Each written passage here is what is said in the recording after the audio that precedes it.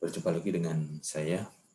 Pada kesempatan ini saya akan mencoba untuk berbagi pengetahuan dan pengalaman, terutama terkait dengan uji statistik, yaitu chi-square. Jadi uji chi-square ini adalah salah satu uji statistik non-parametrik yang digunakan untuk menguji dua variabel yang berskala nominal. Jadi misalnya variabel A berskala nominal, variabel B berskala nominal, dan ketika kita ingin menguji dua variabel ini, kita bisa menggunakan uji chi-square yang merupakan bagian dari non-parametrik. Jadi seperti yang kita ketahui bahwa uji chi-square ini syaratnya adalah dua variabel tersebut harus berskala nominal. Nah, saya akan mencoba untuk berbagi dengan teman-teman, dengan Bapak Ibu, dengan para mahasiswa, bagaimana melakukan uji chi-square menggunakan program SPSS. Jadi ini adalah tampilan SPSS. Saya sudah menyiapkan dua variabel berskala nominal. Yang pertama, perilaku merokok, ini berskala nominal, dan yang kedua, kejadian CA paru, juga berskala nominal. Jadi dua variabel ini berskala nominal. Misalkan saja kita melakukan penelitian pengaruh perilaku merokok terhadap kejadian CA paru. Misalnya penelitian kita seperti itu. Jadi variabel bebasnya adalah perilaku merokok, dan variabel terikatnya adalah kejadian CA paru, atau independen variabelnya adalah perilaku merokok, dan kejadian CA paru ini sebagai dependen variabel. Jadi apakah ada pengaruh perilaku merokok dengan kejadian CA paru? Nah, perilaku merokok kita bagi dua, jadi dia menjadi nominal. Jadi ada merokok dan tidak merokok. Nah, dua kategori ini, merokok dan tidak merokok ini kita katakan sebagai nominal. Jadi kalau nominal artinya yang satu dengan yang lain tidak lebih tinggi dan tidak lebih rendah. Jadi mereka memiliki level yang sama. Merokok, tidak merokok.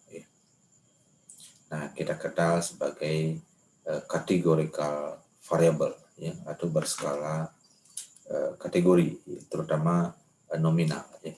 Jadi merokok dan tidak merokok. Nah, sedangkan yang kedua, kejadian CA paru juga kita bagi menjadi dua, misalnya. Nominal kita bagi menjadi dua, atau kita kenal dengan binomial, B2. Jadi ada CA paru dan tidak CA paru. Nah, kemudian selanjutnya kita masuk ke data view. Nah, di data view, jadi saya sudah siapkan 40 data responden. Jadi ada yang merokok, ada yang tidak merokok, kemudian ada yang terkena CA paru dan tidak terkena CA paru. Jadi kalau penelitian seperti ini, kita bisa katakan ini penelitian cross-seksional. Jadi kuantitatif cross-seksional. Jadi perilaku merokok, jadi penelitian cross-seksional itu penelitian yang meneliti kejadian atau peristiwa di satu titik waktu, a point at time, di satu titik waktu. Jadi perilaku merokok itu diukur dalam satu titik waktu, kemudian kejadian CA paru juga sama. Nah, sehingga kita katakan sebagai studi cross-seksional. Baik, untuk melakukan uji chi-square, caranya sangat sederhana. Kita mulai dengan mengklik analyze. Kita klik di menu analyze, kemudian kita masuk ke descriptive statistics, kemudian masuk ke cross tab. Jadi di cross tab di sini ada pilihan, jadi ada perilaku merokok dan kejadian CA paru. Nah, dua-duanya kita masukkan ke kanan. Nah, perilaku merokok karena dia sebagai variabel bebas atau independent variable, kita masukkan di row. Sedangkan kejadian CA paru sebagai variabel dependen atau variabel terikat, kita masukkan ke kolomnya.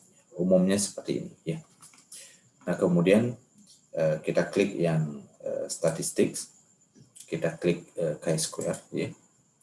Nah, kemudian setelah chi-square sudah diklik, kita tinggal klik yang continue ya.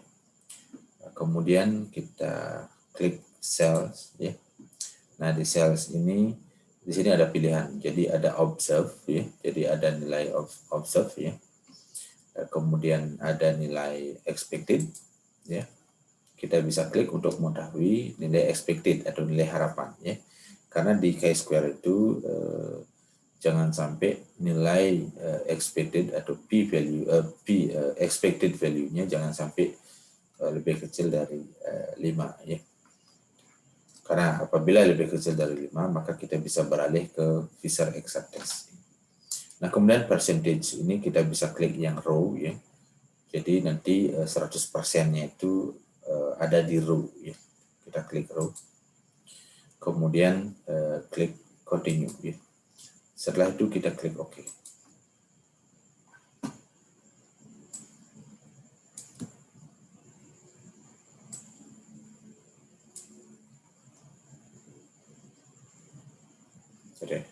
Oke, sudah ada hasil ya. Jadi kita bisa lihat di tabel pertama ya, perilaku merokok pada responden dan kejadian CA paru. Jadi total sampelnya ada 40 ya. Jadi 100% jadi valid ya, dan tidak ada missing ya. Kemudian tabel kedua ini adalah tabel silang atau cross tabulation ya, cross tab ya, antara perilaku merokok dan kejadian CA paru. Kita lihat ini di row ya, perilaku merokok, ya ada merokok dan tidak merokok. Kemudian di kolom ya, kita melihat kejadian CA paru, ada CA paru dan tidak CA paru ya. Nah, kemudian di sini ada count, jadi nilai yang sebenarnya ya, frekuensi, nilai frekuensi ya. Jadi ada 18 orang yang merokok ya.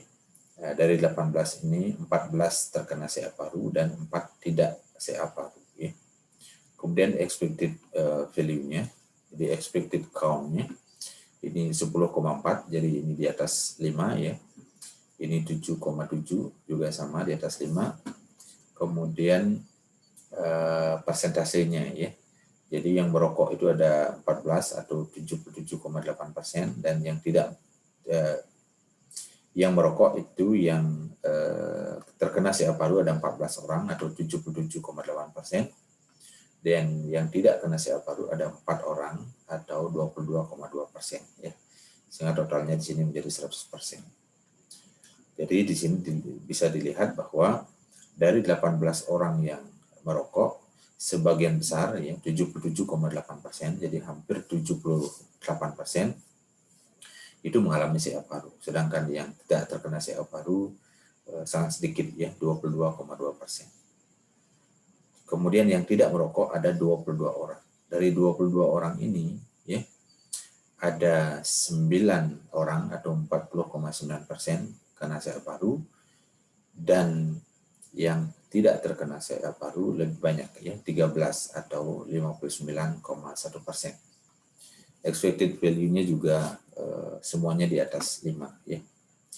Nah, dari sini kita sudah bisa melihat trennya, kecenderungannya ya.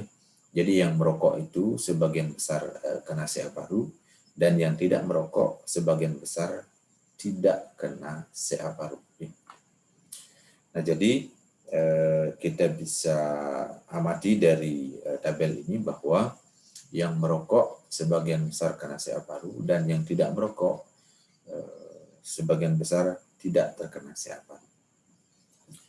Baik, kemudian kita beralih ke tabel yang ketiga, yaitu chi-square test ya. Nah, di sini kita ingin menentukan apakah merokok tersebut memberikan pengaruh yang signifikan tidak terhadap kejadian CA paru ya. Nah, kita lihat di Pearson chi-square-nya ya. Jadi kita lihat yang two-sided ya. Jadi yang dua sisi ya. Itu p value-nya adalah 0,019. dan nilai ini jauh lebih kecil dibandingkan dengan alfa 0,05, sehingga H0 ditolak dan HA diterima. Artinya secara statistik ada pengaruh yang signifikan perilaku merokok terhadap kejadian CA paru. Ya. Jadi sangat jelas ya. Jadi Pearson chi-square-nya yang kita lihat. Sedangkan apabila suatu saat kita menemukan nilai expected value-nya lebih kecil dari 5 sehingga tidak memenuhi syarat untuk menggunakan chi-square, maka kita bisa lihat Fisher exact test ya. Kita lihat yang dua sisi ya. Ini bisa kita lihat p-value-nya ya. Nah, tetapi karena di sini nilai expected value-nya semuanya di atas 5 dan memenuhi syarat untuk menggunakan uji chi-square, maka kita lihat Pearson chi-square-nya yaitu 0,019 dan nilai ini jauh lebih kecil dibandingkan dengan alfa 0,5 sehingga H0 ditolak, HA diterima. Artinya ada pengaruh yang secara statistik ada pengaruh yang signifikan perilaku merokok pada responden terhadap kejadian CA paru. Baik, saya kira itu penjelasan dari saya terkait dengan uji chi-square. Jadi mudah-mudahan penjelasan saya tadi bisa dipahami dengan baik dan mahasiswa, Bapak Ibu, rekan-rekan semuanya mendapatkan pemahaman yang lebih bagus terkait dengan bagaimana melakukan uji chi-square, menyiapkan variabel dan datanya, kemudian melakukan analisis, setelah analisis kemudian melakukan interpretasi terhadap hasil analisis data menggunakan chi-square. Saya kira itu mudah-mudahan bisa bermanfaat dan saya ucapkan terima kasih.